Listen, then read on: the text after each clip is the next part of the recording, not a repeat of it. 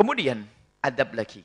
Wa inimru'un, jika ada seseorang, wa inimru'un, jika ada seseorang syatamaka, mencacimu, engkau dicaci. Wa ayyaraka, mencelamu, menyebutkan kejelekan, nair. Ayyarak mencela, mencaci. Wa in ahadun syatamaka, wa inimru'un syatamaka, au ayyaraka, jika ada orang mencacimu dan mencelamu, jika ada orang mencacimu dan mencelamu, bima ya'lamu fika, dan dia mencaci itu benar-benar tahu, memang kamu itu jelek. Kamu itu jelek memang, kamu punya kesalahan, lalu dicaci kamu dengan kesalahan itu. Fala tu'ayyirhu, maka jangan kau balas mencaci dia, bima ta'lamu fihi, dengan apa yang engkau ketahui. Fa inna ma wabalu dzalika alaihi, sebab kalau begitu itu bencana akan kena untuk dia sendiri. Artinya begini. Kalau tiba-tiba Anda dicaci dan diolok oleh orang, diungkap kejelekan Anda, dicaci, kau begini. Kalau Imam Ghazali mengajari kita menata hati. Kalau kamu diolok orang itu gini saja deh, kamu pikir. Kamu diolok orang dengan bentuk kejelekan. Kamu pikir saja, kamu jelek bener atau enggak? Kalau jelek bener ya sudah, jelek bener pas, ngapain marah? Memang saya jelek bener, berarti aku punya kejelekan seperti itu. Aku punya perilaku yang enggak bener. Lalu kita dicaci oleh orang gara-gara perilaku jelek kita. Kenapa marah? Oh memang kita seperti itu. Kata Imam Ghazali. Kalau ternyata orang itu enggak tahu, ini bima ya'lam, yang dia ketahui. Yang dia tidak tahu, mencaci, salah, nuduh Anda begini-begini. Anda pikirin, Anda jelek seperti yang diomongkan atau tidak? Tidak. Ya sudah, kalau tidak, alhamdulillah, dia nggak tahu. Apakah pengen dia tahu kejelekanmu? Jadi ditata hati, kalau dia mencaci kita dengan kejelekan yang ada pada kita, ya tinggal kita mengatakan, memang saya seperti itu, tinggal saya benah diri. Alhamdulillah, itu bentuk teguran buat saya. Mungkin kalau tidak ada yang mencaci dan mengolok, tidak ada yang menghina, mungkin kita tidak akan berubah. Dianggap kita tertutup dari dosa-dosa. Maka Sayyidina Umar bin Khattab, kalau ada orang mengingatkan kejelekannya, atau bahkan mencaci dan mencelanya, Sayyidina Umar berkata, rahimallah imra'an ahdali uyubi.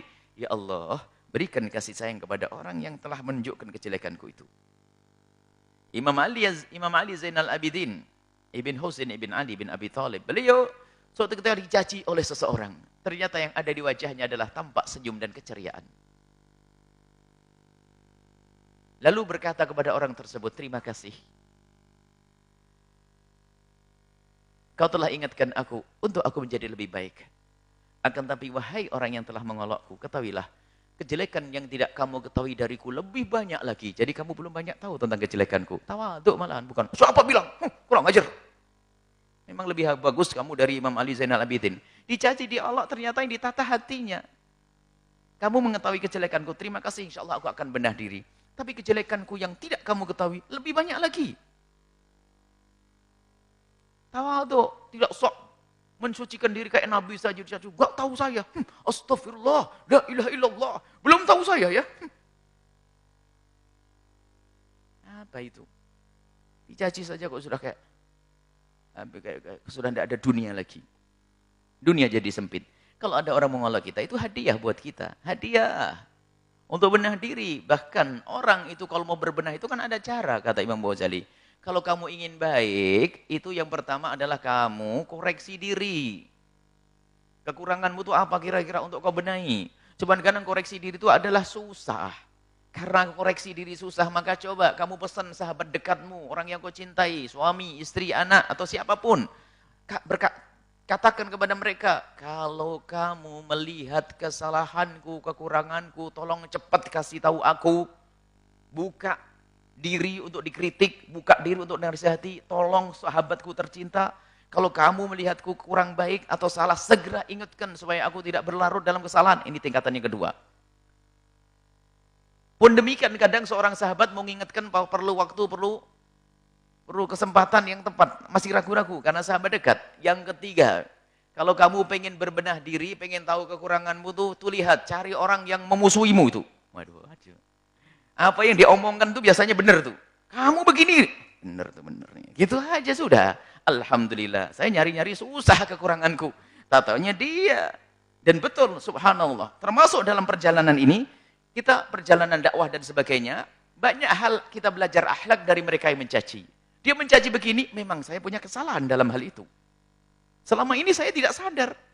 Mungkin omongan kita suka begini, itu nggak sadar. Di saat ada orang yang marah lalu mencaci, wah, oh benar dia. Alhamdulillah, terima kasih. Semoga Allah memberikan kasih sayang kepada orang yang telah mengkritik kami. Itu. Baik. Dan kemudian, kalau dia melakukan kritik, melakukan caci maki kepada diri kita, kemudian kita marah, apa bedanya? Kalau kita membalas, apa bedanya antara aku dengan dia? Kita dengan dia. Nabi pernah mengatakan kalau ada orang mencacimu dan mengolokmu, jangan kau balas. Ada cerita, ya Nabi, ya Rasulullah, ada orang mencaciku dan mengolokku. Apakah boleh aku membalas? Kalau kamu balas, kamu sama dengan dia. Kamu tidak punya kelebihan. Makanya kalau ada orang mencaci kita dan mengolok kita, jangan buru-buru membalas. Akan tapi mohonlah kepada Allah pengampunan untuk orang tersebut. Pernah Sayyidina Abu Bakar As-Siddiq radhiyallahu taala anhu dicaci dan diolok oleh seseorang. Nabi di sampingnya Sayyidina Abu Bakar itu senyum-senyum. Setelah Sayyidina Abu Bakar membalas, Nabi pergi. Ya Rasulullah, tadi aku diolok sama orang, kamu senyum-senyum. Tapi giliran saya membalas, malah kamu pergi. Kok tidak bela saya? Oh, ya Abu Bakar, waktu kamu diolok sama orang itu malaikat mengamini. Malaikat mendoakan kebaikan kepadamu. Tapi setelah kamu membalas tadi, malaikat pergi, maka saya ikut pergi. Itu perlu menata hati dengan ilmu-ilmu semacam ini. Jadi jangan mudah panas, mudah terpuruk di saat diolok sedikit saja. Apalagi di zaman orang tidak ngolok, tidak enak zaman sekarang. Apalagi tadi zaman media sosial dan sebagainya. Makanya kadang-kadang kita harus menutup diri untuk melihat hal-hal semacam itu. Cuman kadang-kadang kita juga ingin belajar, apa yang kurang pada diri saya? Kita ingin melihat mungkin dari Facebook, saya ingin tahu apa sih kata orang tentang Facebook atau media sosial atau yang ada di Al-Bahjah. Kadang saya ingin tahu, yang penyakit adalah kalau mendengar sanjungan. Kita perlu mencari kritikan. Apa sih kritikan untuk kita? Karena kritikan itu adalah berbenah diri. Memang manusiawi kadang-kadang kita sakit lah. Ini baru perlu ditata. Nggak enak itu. Tapi kita harus paham itu yang bakal menyelamatkan kita. Untuk berbenah diri. Tapi ingat, pertama yang harus Anda lakukan di saat Anda mendapatkan kritikan pedas, bahkan yang tidak pada tempatnya, ini sabda Nabi, jangan kau balas. Kalaupun Anda belum mampu mendoakan doa kebaikan, yang pertama jangan dibalas dulu deh. Mendoakannya perlu tempo, kayaknya ntar dulu deh. Tapi yang jelas Anda jangan mudah membalas. Dan ketahuilah kalau dia mencacimu dengan cara yang salah, ataupun dia tahu kesalahanmu yang sesungguhnya, kesalahan harusnya ditutup. Kalaupun dia harus menasihati dengan cara yang benar, kalau ternyata dia datang kepadamu dan mencacimu, mengingatkanmu dengan cara yang benar, ya cara yang salah, urusannya dengan Allah. Tidak usah kau ikut-ikut ngurusi dia. Maka bersabarlah, jangan kau balas caciannya dengan cacian darimu, agar kamu punya kelebihan. Dan mungkin dengan kelembutan perilakumu itu, menjadikan dia sadar, sehingga tidak akan melanjutkan caci makinya. Kalau orang punya kebiasaan mencaci, Anda balas, dia akan lebih garang lagi.